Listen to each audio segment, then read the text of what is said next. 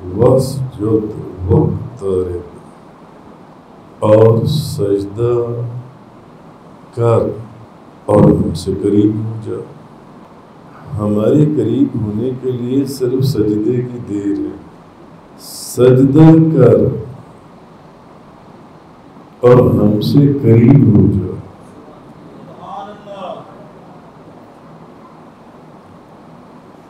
اللہ نے اپنے قریب ہونے کے لیے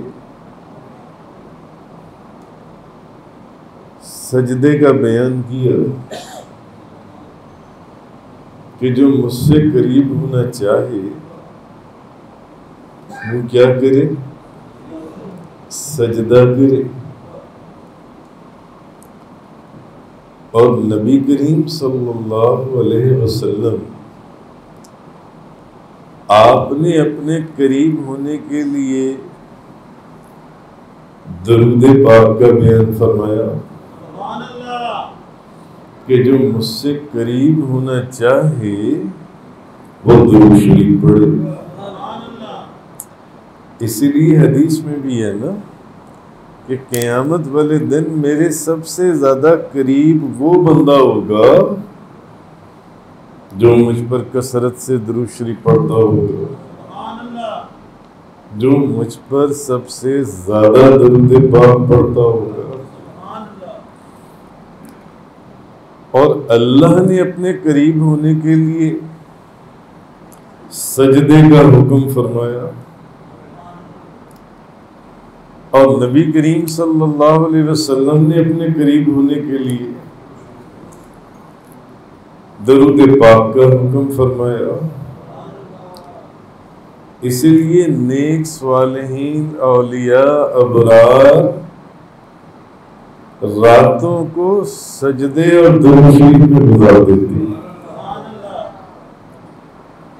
وہ اپنی راتیں سوتے ہوئے نہیں، اللہ کی بارگاہ میں سجدے اور درود پاک کے اندر گزارتی ہیں۔ نیک ابرار، اسرار، اوتاد، اولیاء، صالحین، بڑے بڑے محدثین، شیخ عبداللہ محدث دہلوی کو دیکھ لیں، ساری رات مدینہ منورہ کی طرف منہ کر کر کھڑے ہو کر درود و سلام پڑھتے رہتے تھے ہاتھ باندھ کر، اور فرماتے تھے یا اللہ میرے پاس اور تو کوئی نہیں، یہ ایک نیک کام ہے کہ میں نے ساری رات تیرے محبوب کی بارگاہ میں درود و سلام کے نذرانے بھیجی۔ تو اللہ نے قرآن میں فرمایا وَاسْجُدْ وَاقْتَرِب، اگر میرے قریب ہونا ہے تو سجدہ کرو۔ اور تاجدار انبیاء آپ نے فرمایا اگر میرے قریب ہونا ہے تو درود پڑھو، درود کی کثرت کرو، کیونکہ قیامت والے دن وہی میرے نزدیک سب سے زیادہ ہوگا جو درود کثرت سے پڑھتا ہوگا۔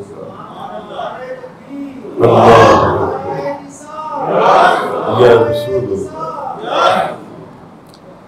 معلوم ہوا کہ سجدے میں مومن جو ہے وہ رب کے قرب خاص میں ہوتا ہے، کیوں اللہ نے فرمایا کہ جو میرے قریب ہونا چاہتا ہے، قریب قرب سے ہے، یعنی قریب، قرب، نزدیکی، وصل، تو حضور نے سجدے میں مومن سجدے کی حالت میں مومن جو ہے وہ خدا کے قرب خاص میں ہوتا ہے، اور درود شریف میں مومن مصطفیٰ کے قرب خاص میں ہوتا ہے۔ درود پاک میں، سجدے میں خدا کا قرب خاص، اور درود میں مصطفیٰ کا قرب خاص، نبی کریم صلی اللہ علیہ وسلم کا اور محدثین علماء نے لکھا کہ جو اللہ کو سجدہ نہ کرے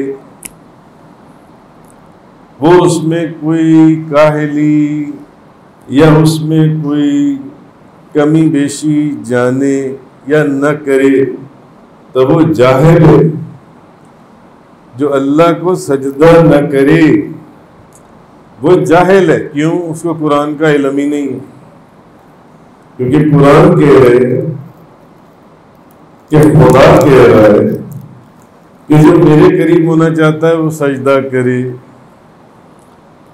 تو جو سجدہ اللہ کو نہ کرے، اللہ رب العزت کی ذات کو سجدہ نہ کرے، وہ جاہل ہے.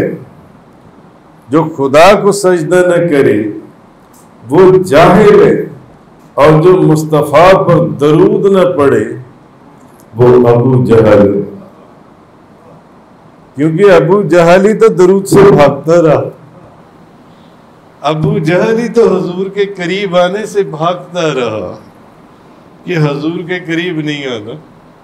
حضور کے تو جن کو حضور کے قریب ہونا ہے وہ درود پڑھتے ہیں، اور جن کو حضور کے قریب معاذ اللہ العیاذ باللہ نہیں ہونا وہ بھی درود سے بھاگتے ہیں.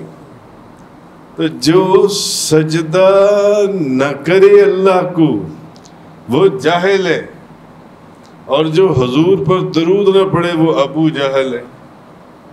وہ جاہلوں کا سردار ہے، جاہلوں کا باپ ہے جن سے جو درود نہ پڑھے. اور یہ چیز بھی ذہن میں رکھنی چاہیے، جس نے رب حکیم کے حکم سے حضرت آدم علیہ السلام کو سجدہ نہ کیا اور تعظیم نہ کی، اس کا پہلا نام تھا عزازیل. وہ عزازیل سے شیطان ہو گیا. کیوں؟ رب نے کہا آدم کو سجدہ کرو، رب نے کہا آدم کو سجدہ کرو، اس نے کہا میں نے نہیں کرنا. اس کی تفسیر ہم درجنوں مرتبہ بیان کر چکے ہیں ان آیات کی. اس نے کہا میں نے نہیں کرنا. تو وہ عزازیل سے، اچھا اب اس کا کوئی نام عزازیل جانتا ہے؟ کسی کو پتہ ہے کہ شیطان کا اصل نام کیا ہے؟ آج سنیں. کیوں؟ اب سجدہ نہ کرنے کی وجہ سے اس کو شیطان قرار دے دیا گیا اور شیطان مشہور کر دیا گیا. اسی لیے آج ہر کوئی اس کو شیطان اور ابلیس کے نام سے جانتا ہے. شیطان اور ابلیس کے معلوم ہوا کہ سجدہ نہ کرنا شیطانیت اور ابلیسیت کے اندر بند اس کو منتقل کر دیتا ہے. سجدہ نہ کرنا، سجدہ نہ کرنا، اور سجدہ کر دینا اللہ کے نزدیک کر دیتا ہے، اللہ کے نزدیک کر دیتا ہے. جیسے کہ قرآن میں وَنَحْنُ أَقْرَبُ إِلَيْهِ مِنْ حَبْلِ الْوَرِيدِ. سجدے سے انسان اللہ کا قرب پاتا ہے. حالانکہ اللہ تو انسان کی شاہ رگ سے بھی زیادہ نزدیک ہے، شاہ رگ سے بھی زیادہ نزدیک ہے. مگر یہ ضروری نہیں کہ کیا وہ صرف مسلمانوں کی شاہ رگ کے نزدیک ہے. قرب پائے گا مسلمان، شیطان یا حیوان یا وہ جو ابلیس یا کافر وہ قرب میں نہیں جائیں گے. گو کہ اللہ تو ان کی بھی شاہ رگ سے زیادہ نزدیک ہے. تو جو اللہ کو سجدہ نہ کرے وہ تو ہے جاہل، جو خدا کو سجدہ نہ کرے. اور جو مصطفیٰ پر درود نہ پڑھے، درود کا انکار کرے، وہ ابو جہل ہے، جاہلوں کا سردار ہے. اور جب اللہ نے آدم علیہ السلام کو سجدے کا حکم دیا کہ سجدہ کرو، اور اللہ نے حکم دیا تو وہ عزازیل تھا جس نے سجدے سے انکار کیا، اور وہ ہمیشہ کے لیے شیطان بن گیا، ابلیس بن گیا۔ اور اس کا اب اسی آپ گراف کے اوپر چلتے چلے جائیں، اسی کے پیرالل، تو معلوم ہوا کہ جو رسول کریم صلی اللہ علیہ وسلم پر درود پاک پڑھنے کا انکار کرتا ہے وہ شیطان کی اولاد کے زمرے میں گنا جائے گا، شیطان کی اولاد۔ کیوں؟ سجدے کا حکم ہی اس لیے دیا گیا تھا، غور کریں ان جملوں کے اوپر، کہ اللہ کا قرب حاصل ہو، اور درود پاک سے قرب مصطفیٰ، اور سجدے سے قرب خدا۔ اور نبی کریم صلی اللہ علیہ وسلم کا قرب جو ہے یہ خدا کے قرب سے ملاتا ہے، یہ خدا کے قرب میں داخل کرتا ہے انسان کو۔ درود شریف جان سا ہے، تو درود شریف، درود پاک پڑھنے والے حضور کے قریب کہلائے، اور جو درود سے بھاگے وہ ابو جہل ہوا۔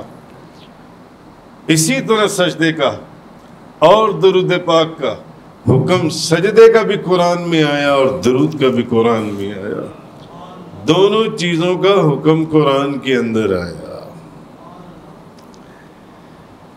اچھا، اب اللہ کے سوا کسی کو سجدہ کرنا جو ہے اس کی بھی پھر دو صورتیں ہیں۔ اللہ کے سوا غیر اللہ کو سجدہ، اب غیر اللہ کو سجدہ کرنے کے دو طریقے ہیں اللہ کے سوا۔ ایک تو یہ کہ کسی کو معبود سمجھ کر اس کو سجدہ کیا جائے، کسی کو معبود سمجھ کر اس کو سجدہ کیا جائے۔ ہم اللہ کو سجدہ کیوں کرتے ہیں؟ معبود سمجھ کر ہم اس کی عبادت کرتے ہیں۔ ہم عبد ہیں، وہ معبود ہے جس کی عبادت کی جاتی ہے۔ عبد وہ ہے جو عبادت کرتا ہے، معبود وہ ہے جس کی عبادت کی جاتی ہے۔ ہم اللہ کو سجدہ کیوں کرتے ہیں؟ اس کو معبود سمجھ کر۔ اب غیر اللہ کو سجدہ کرنے کی دو صورتیں ہیں کہ کسی کو معبود سمجھ کر اس کو سجدہ کیا جائے، جیسے کہ ہندو کرتے ہیں نا سجدہ، پتھروں کو سجدے کرتے ہیں، پتھروں کی مورتیاں بنا کے ان کو سجدے کرتے ہیں۔ کفار کیا کرتے تھے مکہ المکرمہ کے اندر۔ نبی کریم آج مختلف، آپ چائنا میں چلے جائیں، تھائی لینڈ میں چلے جائیں، ہانگ کانگ میں چلے جائیں، میں وہ مورتیاں اتنی بڑی، اتنی مورتی سے لے کر تو پہاڑ جتنی بڑی مورتیاں انہوں نے بنائی ہوئی ہیں۔ دنیا کے درجنوں ممالک کے اندر میں نے دیکھی ہیں، اور وہ ان کو سجدے کرتی ہیں جون سی۔ اب ایک تو صورت یہ ہے کہ کسی کو معبود سمجھ کر اس کو سجدہ، یعنی اس کو یہ سمجھا جائے کہ یہ عبادت کے لائق ہے، پھر اس کو سجدہ کیا جائے۔ یہ سجدہ تو شریعت میں مطلقاً کفر اور شرک ہے۔ جب کسی کی عبادت کی نیت سے اس کو سجدہ کیا جائے، یہ سجدہ مطلقاً شرک ہے اور مطلقاً کفر ہے، اور یہ سجدہ کسی بھی شریعت میں جائز نہیں تھا، نہ آدم علیہ السلام کی، نہ نوح علیہ السلام کی، نہ عیسیٰ علیہ السلام کی، نہ ابراہیم علیہ السلام کی، نہ اسماعیل علیہ السلام، نہ داؤد علیہ السلام، نہ سلیمان علیہ السلام، کسی کی شریعت میں یہ سجدہ جائز نہیں تھا جون سا۔ اور دوسرا سجدہ ایک اور بھی ہے، وہ بھی غیر اللہ کو کیا جاتا ہے، اللہ کے سوا کسی اور کو۔ دو سجدے ہو گئے تھے۔ اب دوسرا سجدہ جو ہے وہ صفات الہی کے مظہر کی بنا پر، کہ جو صفات الہیہ کا مظہر ہو اس کو سجدہ کیا جائے۔ اب دو سجدے ہو گئے، ایک تو ہے کہ کسی کو معبود سمجھ کر سجدہ کیا جائے، وہ تو حرام ہے، شرک ہے، کفر ہے۔ مگر ایک سجدہ ہے کسی کو صفات الہی کا مظہر سمجھ کر سجدہ کرنا، صفات الہی کا مظہر سمجھ کر. یہ سجدہ جون سا ہے پہلے نبیوں کی شریعت میں جائز تھا، مگر یہ سجدہ بھی ہمارے نبی کریم صلی اللہ علیہ وسلم آپ سرکار کی شریعت میں یہ بھی حرام ہے. پہلی جو شریعتیں تھیں، پہلی شریعتیں، ان میں سجدہ تحیت تعظیمی سجدہ، تعظیم کے طور پر، جس کو انوار الہی کا مظہر سمجھا، صفات الہی کا مظہر سمجھا، حکم دیا چلو آدم کو سجدہ کرو. اور حکم کیا حضرت یعقوب علیہ السلام اور ان کے بیٹے، انہوں نے کس کو سجدہ کیا؟ حضرت یوسف علیہ السلام کو. تو یہ سجدے جون سی ہیں جس میں کسی کو صفات الہی کا مظہر سمجھا جائے، انوار و تجلیات الہی کا مظہر سمجھا جائے، یہ پہلی شریعتوں میں یہ تعظیمی سجدے جون سی ہیں یہ ثابت ہیں، وہاں جائز تھے. مگر یہ دوسرا سجدہ بھی جو تعظیم کے طور پر کسی کو کیا جائے کہ یہ انوار الہی کا مظہر ہے، اللہ کی انوار و تجلیات اس کے وجود میں موجود ہیں، اس کی اللہ کی صفات اور انوار، یہ سجدہ نبی کریم صلی اللہ علیہ وسلم کی شریعت میں یہ والا سجدہ بھی حرام ہے، سجدہ نہیں کیا جا سکتا. جبکہ یہ سجدہ پہلی شریعتوں میں جائز تھا، پہلی شریعتوں میں یہ سجدہ ہوا کرتا تھا. جون سے امام فخر الدین رازی قدس سرہ الباری رضی اللہ تعالیٰ عنہ، آپ فرماتے ہیں تفسیر کبیر کے اندر، قرآن کی تفسیر ہے، آپ فرماتے ہیں کہ بے شک ملائکہ کو سجدے کا حکم ہوا، ملائکہ کو سجدے کا حکم ہوا کہ اب ملائکہ کو جو حکم ہوا کہ آدم علیہ السلام کو سجدہ کرو، کس کو سجدہ کرو؟ آدم کو. حکم دینے والا کون تھا؟ آدم کو سجدہ کرو، آدم کو. تو امام فخر الدین رازی نے قرآن کی تفسیر کبیر کے اندر لکھا ہے کہ وہ حکم اصل میں اس لیے ہوا تھا کہ جو نور محمدی ہے، تاجدار دو جہاں، شاہ سوار لامکان، مالک زمین و آسمان، روح کن فکان، نبی کریم صلی اللہ علیہ وسلم کا نور سب سے پہلے کس کی پیشانی میں جلوہ گر تھا؟ آدم کی پیشانی میں. تو حکم ہوا کہ آدم کو سجدہ کرو. اللہ اکبر.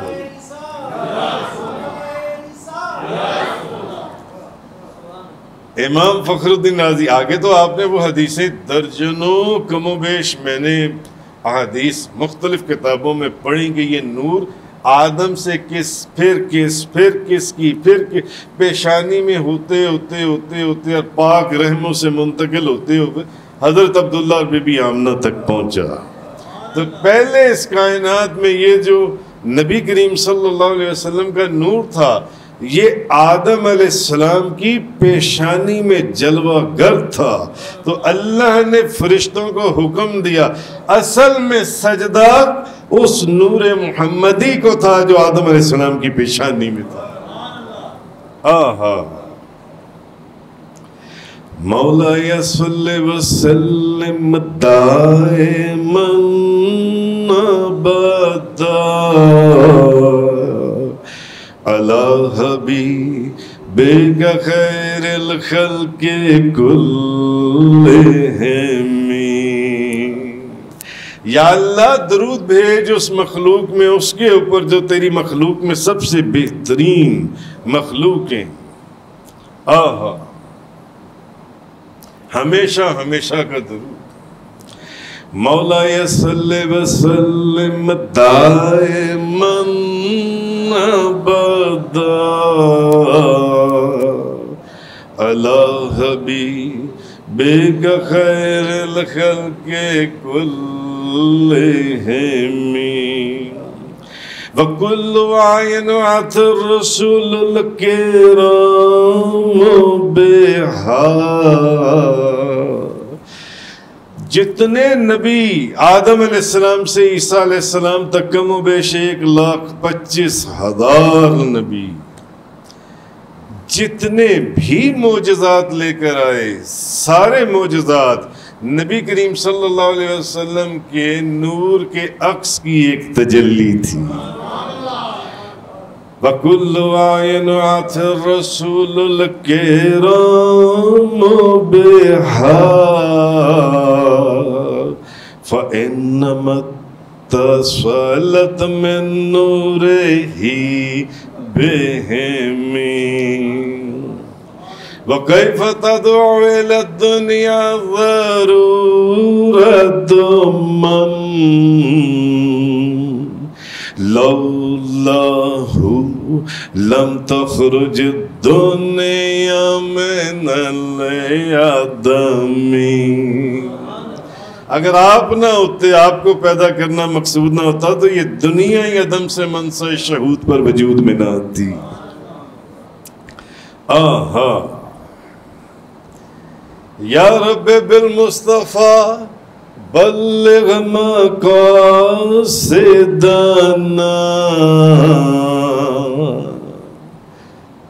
اے رب مصطفیٰ، اے مصطفیٰ کریم کے رب، ہمیں ہمارے مقصد میں کامیابی عطا فرما. یا رب بالمصطفیٰ بلغ مقاصدنا واغفر لنا ما مضى یا واسع الکرم. آہا یا اللہ، ان کا صدقہ اور طفیل ہمارے سارے گناہ معاف کر دے، ہماری غلطیوں کو معاف فرما دے. تو امام فخر الدین رازی فرماتے ہیں کہ یہ جو حکم ہوا تھا نا ملائکہ کو کہ آدم کو سجدہ کرو، آپ فرماتے ہیں اس لیے کہ آدم کی پیشانی نور محمدی سے جلوہ گر تھی، اس لیے حکم ہوا تھا. تو اب ایک بات تو سمجھ میں آئی کہ جملہ انبیاء اور رسول یہ افضل ہیں ملائکہ رسولوں سے. جملہ انبیاء اور رسول یہ افضل ہیں جو ملائکہ کے اندر رسول ہوئے، ملائکہ کے اندر. اور ملائکہ کے جو ملائکہ رسول ہیں یہ افضل ہیں صحابہ اجل سے، اور صحابہ افضل ہیں ملائکہ مطلق سے، تمام ملائکہ سے. اور عام مومنین افضل ہیں عام ملائکہ سے، مگر تاجدار دو جہاں نبی کریم صلی اللہ علیہ وسلم ان سب سے افضل اور اعلیٰ ہے، ان سب سے افضل اور اعلیٰ ہے جون سے. تو سجدہ جو ہے یہ اللہ تعالیٰ کو تھا. اچھا اب آپ مجھے یہ بتائیں کہ سجدہ جو ہے جب حکم ہوا کہ آدم کو سجدہ کرو، تو وہ سجدہ آدم کو تھا، سجدہ آدم کے لیے تھا یا اللہ کے لیے تھا؟ اللہ کے لیے تھا، اللہ کے لیے تھا. جیسے کہ ہم سجدہ کرتے ہیں، بھئی آدم علیہ السلام جو ہیں وہ تو قبلے کا مقام ٹھہرے تھے، اس طرف کو سجدہ کرو. کیوں؟ ان کی پیشانی میں نور محمدی تھا، نور محمدی ان کی پیشانی میں تھا. ادھر سجدہ کرو، ادھر سجدہ کرو. مجھے تو ایسے لگتا ہے کہ حضور کا نور جدھر ڈائریکشن تبدیل کرتا گیا ادھر سجدے ہوتے چلے گئے. بات بڑی لمبی ہو جائے گی، اچانک میرے ذہن میں آئی ہے کہ کہیں بیت المقدس تھے، ادھر بھی آپ ہی کے آباء و اجداد اور پیشانیوں میں آپ ہی کا نور تھا، اور کہیں بعد میں پھر بیت اللہ شریف، بنی اسماعیل اور حضرت ابراہیم علیہ السلام. تو جیسے جیسے حضور جدھر ڈائریکشن تبدیل کر رہے تھے، سجدے کا حکم ادھر ہی ادھر ہوتا چلا جا رہا تھا.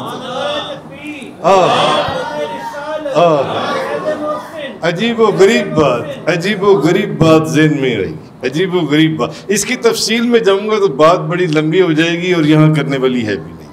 تو سجدہ جو ہے، سجدہ وہ آدم علیہ السلام کے لیے نہیں تھا، سجدہ اللہ کے لیے تھا. سمت اور قبلہ آدم علیہ السلام ٹھہرے تھے کہ آج قبلہ آدم ہے، ادھر کو اس طرف کو رخ کر کے سجدہ کرنا ہے. جو بندہ یہ کہے کہ میں سجدہ خانہ کعبہ کو کرتا ہوں، نہیں، سجدہ تو اللہ کے لیے، کافر ہو جائے گا.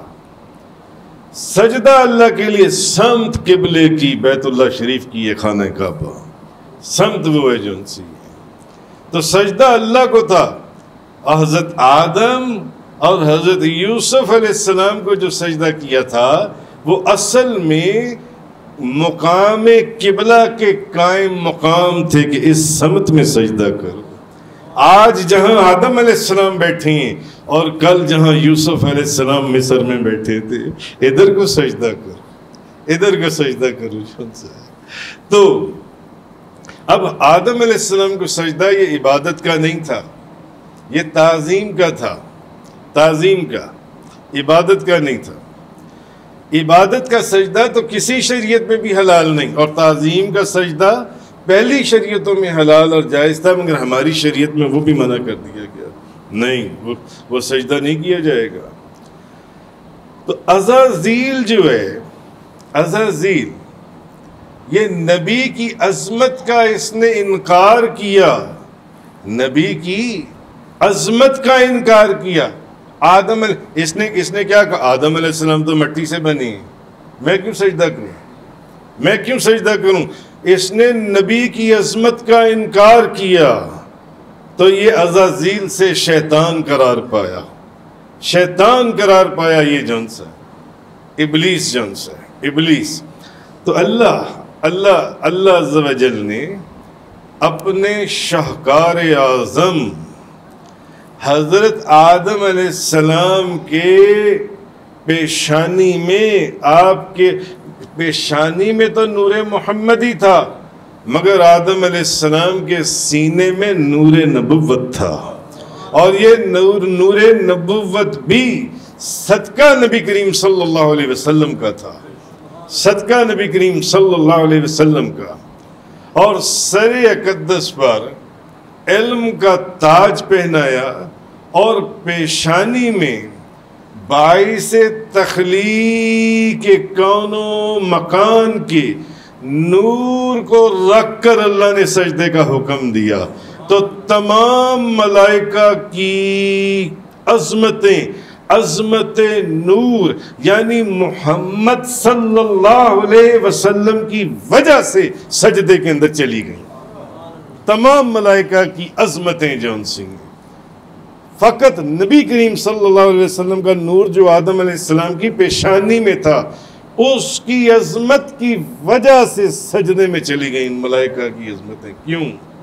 سجدے کے اندر انسان گر جاتا ہے، سجدے کے اندر انسان گر جاتا ہے، مگر گرتا پھر ایسے ہے کہ پھر اس کو اللہ اس عروج کے اوپر پہنچاتا ہے کہ جس عروج کی کوئی تعریف کیا کرے اور اس کا بیان کیا کرے اس تعریف کا جن سے.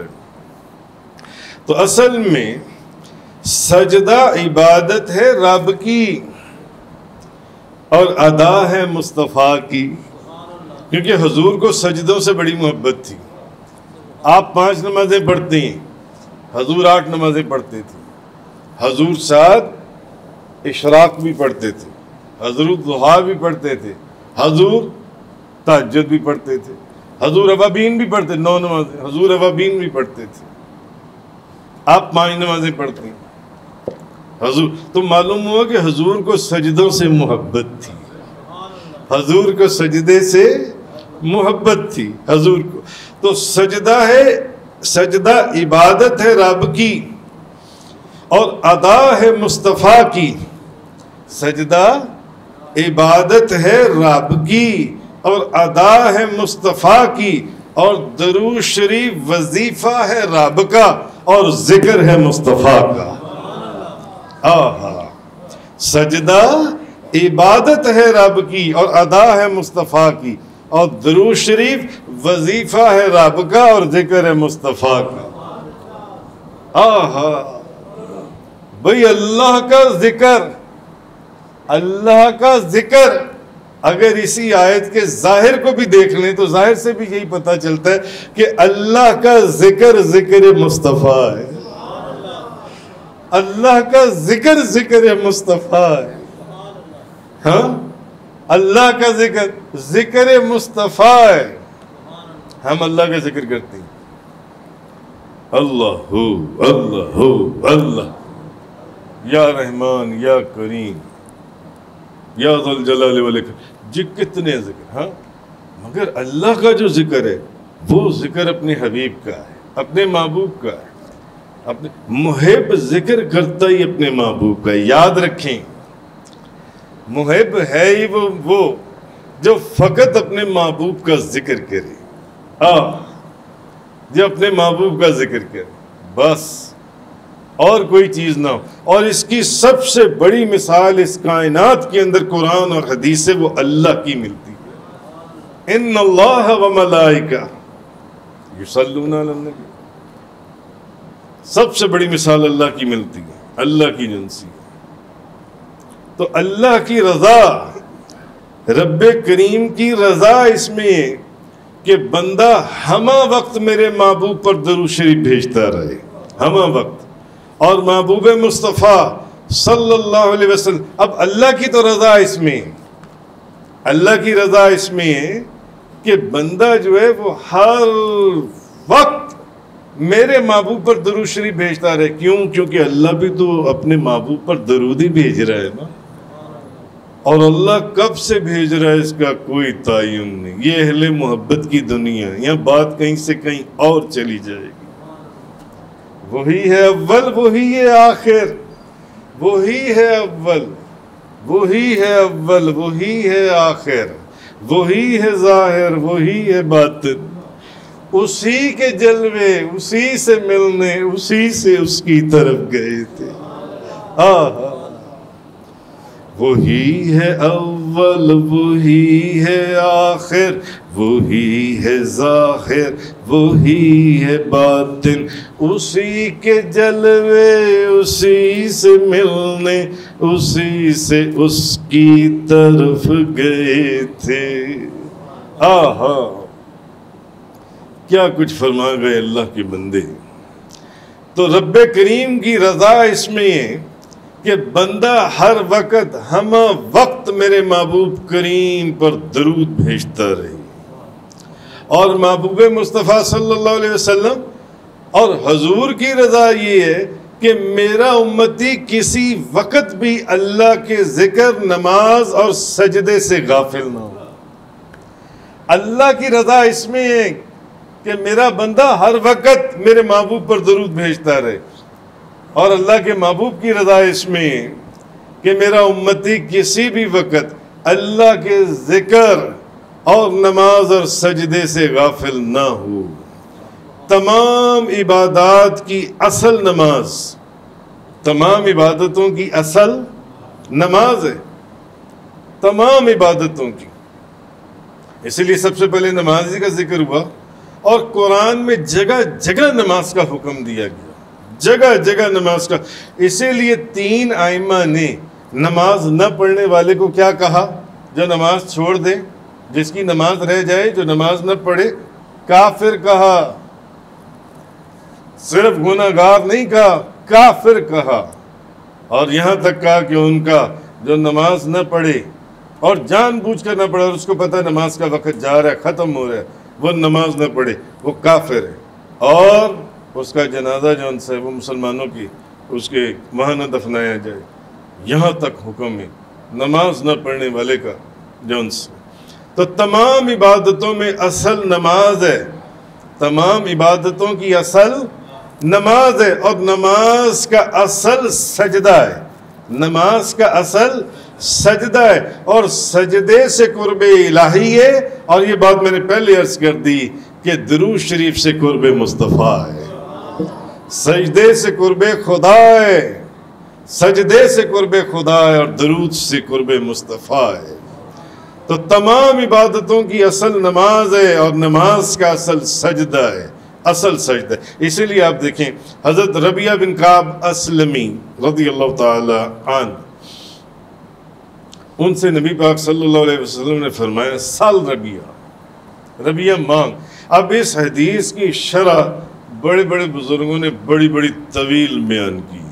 حضور نے فرمایا سال ربیعہ، تہجد کے وقت وضو کرا رہے تھے حضور کو، حضور موج میں آئے، حضور نے فرمایا سال ربیعہ۔ اس کا مطلب ہے جو خاص لوگ ہوتے ہیں وہ تہجد کے وقت اپنے محبوب کے پاس ہوتے ہیں، وہ تہجد کے وقت اپنے محبوب کے پاس ہوتے ہیں، یا ان کے قدموں میں بیٹھی ہوتی ہیں، یا ان کے قرب میں ہوتی ہیں، ان کے نزدیک ہوتی ہیں۔ تو حضور نے فرمایا سل ربیعہ مانگ۔ کیا مانگتا ہے؟ اور محدثین اور مفسرین علماء نے لکھا کہ حضور نے اس کو مطلقاً فرمایا، مقید نہیں کیا کسی چیز سے بھی کہ یہ مانگ لو، یہ نہ مانگو، یہ مانگ لو، یہ نہ مانگو۔ فرمایا سل ربیعہ۔ معلوم ہوا کہ اس کائنات کے ہر دروازے اور ہر خزانے کی کنجی اللہ نے اپنے محبوب کو دے چھوڑی ہے، اپنے محبوب کو دے چھوڑی ہے۔ اسی لیے حضور نے فرمایا جو مانگنا مانگو، جو مانگنا مانگو۔ تو حضرت ربیعہ بن کعب اسلمی رضی اللہ تعالی عنہ انہوں نے فرمایا اسألک مرافقتک فی الجنہ، یا رسول اللہ میں آپ سے صرف اتنا مانگتا ہوں جیسے یہاں آپ نے مجھے اپنے قرب میں تہجد کے وقت راتوں میں بھی اپنے پاس رکھا ہوا ہے، یا رسول اللہ آپ مجھے جنت میں، آپ پتہ نہیں کس مقام میں ہوں گے، مجھے جنت میں بھی اپنے قریب رکھ لیجئے گا۔ اسألک مرافقتک فی الجنہ، مجھے آپ کی مجھے معیت چاہیے، مجھے وہاں پر بھی اپنے ساتھ رکھ لیجئے گا۔ آپ نے فرمایا میں آپ سے صرف جنت مانگتا ہوں۔ تو حضور نبی کریم صلی اللہ علیہ وسلم بس پھر فرمایا، تو حضور نے فرمایا ربیعہ جنت تو تجھے دے دی، نعرہ تکبیر، نعرہ رسالت، جنت تو تجھے دے دی، ربیعہ کچھ اور مانگ۔ بتاؤ جنت کی کروڑویں اربیں ایک ذرے کی قیمت یہ دنیا ساری بیچ کر بھی نہیں دی جا سکتی، جنت تجھے دے دی، بتا کچھ اور مانگ۔ تو آپ نے فرمایا، عرض کیا یا رسول اللہ بس کافی ہے، کافی۔ فرمایا اچھا پھر ربیعہ ایسا کرو کہ سجدوں کی کثرت کیا کرو، سجدوں کی کثرت کیا کرو، نماز فرض پڑھ بھی لو تو نماز نفل اس کی کثرت کیا کرو۔ اگر 5 وقت کی نماز پڑھ لیے تہجد پڑھا کرو، تہجد پڑھا کرو۔ میرے حضور قبلہ کعبہ عالم علمائی فاضل لوزائی عاشق غوث الورا فنا فی المصطفیٰ حضرت علامہ مولانا حاجی محمد یوسف علی نگینہ رحمۃ اللہ علیہ فرمایا کرتے تھے، جو اللہ کا ولی قصداً جان بوجھ کر 3 دن تہجد کی نماز قضا کر دے، اس کا نام ولایت کی دنیا میں سے کاٹ دیا جاتا ہے۔ تہجد ایسی نماز ہے، اللہ کا ولی کبھی تہجد کی نماز نہیں چھوڑے گا، یاد رکھیے، کبھی تہجد کی نماز نہیں چھوڑے گا۔ تہجد کی نماز ایک ایسی نماز ہے۔ تو حضور نے فرمایا کہ پھر ایسا کرو، انہوں نے کہا نا حضرت کعب بن ربیعہ، انہوں نے کہا نہیں یا رسول اللہ مجھے اور کچھ نہیں چاہیے۔ حضور نے فرمایا پھر سجدوں کی کثرت کرو، سجدوں کی کثرت کرو، اور نماز فرض کے بعد نماز نفل کی بھی کثرت کیا کرو۔ یہ نہیں 5 نمازیں تو فرض ہیں، وہ تو تیری ڈیوٹی میں شامل ہیں، تم سے وہ نہیں پڑھی جاتی۔ وہ آپ جب تک اپنی ڈیوٹی اپنے دفتر میں نہیں دو گے تو آپ کو نہ صرف آپ کو اجرت نہیں دی جائے گی بلکہ اس کے اوپر آپ کو فارغ بھی کیا جا سکتا ہے، آپ کی نوکری سے فارغ کیا جا سکتا ہے۔ اصل تو چیز ہے جب فرض نماز پڑھ لو تو حضور نے فرمایا کہ نماز نوافل کی بھی کثرت کیا کرو۔ یہ مسلم شریف کی حدیث ہے، مسلم شریف کی حدیث ہے یہ جو سے۔ تو اصل چیز سب کچھ صدقہ نبی کریم صلی اللہ علیہ وسلم کا. اس لیے میں نے آپ کے سامنے یہ آیت کریمہ پڑھی واسجد واقترب، اور سجدہ کرو اور ہم سے قریب ہو جاؤ. یعنی اگر ہمارے قریب ہونا ہے تو سجدہ کرو. آج تو لوگوں سے فرض نماز نہیں پڑھی جاتی، فرض نماز، مگر ہمارے نزدیک ہونے کے لیے اللہ نے فرمایا کہ آپ کو سجدہ کرنا پڑے گا. سجدہ کرو گے تو ہمارے نزدیک ہو جاؤ گے. اچھا، آپ نے کبھی ایک چیز دیکھی ہے، جو لوگ مہر لگاتے ہیں کاغذ کے اوپر، سٹیمپ لگاتے ہیں، کبھی آپ نے سٹیمپ کو غور سے دیکھا ہے؟ جب آپ سٹیمپ کے اوپر، جو سٹیمپ کے اوپر حروف لکھے ہوتے ہیں اس کے اندر ایمبوزڈ ہوتی ہیں، وہ اگر آپ سٹیمپ کے اوپر وہ پڑھیں تو وہ آپ کو الٹے نظر آتی ہیں. ایسا ہے یا نہیں؟ کون جانتا ہے یہ بات؟ کافی لوگ جانتے ہیں. چلو اچھا، یہ ساری سٹیمپ لگانے والی ہے. ہاں، تو اچھا، جنہوں نے سٹیمپیں لگائی ہیں، مہریں لگائی ہیں، جن کو مہر لگانے کا عہدہ جو ان سے وہ بخشا گیا ہے، انہوں نے دیکھا ہے کہ سٹیمپ کے حروف اگر آپ پڑھیں تو وہ الٹے لکھی ہوتی ہیں، مگر جب اس سٹیمپ کو اٹھا کر کاغذ کی پیشانی کے اوپر لگا دیا جاتا ہے اس مہر کو، تو وہ حروف سارے سیدھے ہو جاتی ہیں یا نہیں ہوتے؟ سارے حروف جو سٹیمپ کے اوپر آپ کر الٹے پڑے جا رہے ہیں، جب اس کو اٹھا کر سٹیمپ کو کاغذ کی پیشانی پر لگا دیا جاتا ہے تو وہ حروف سیدھے ہو جاتی ہیں.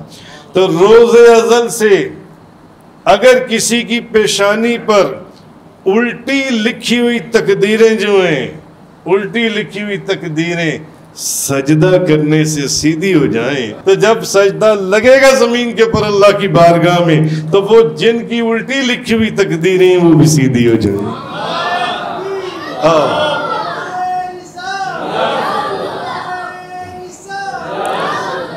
بھئی کیا نہیں ملتا درود پاک سے، اللہ کے سجدے اور نبی پاک صلی اللہ علیہ وسلم کے درود پاک سے.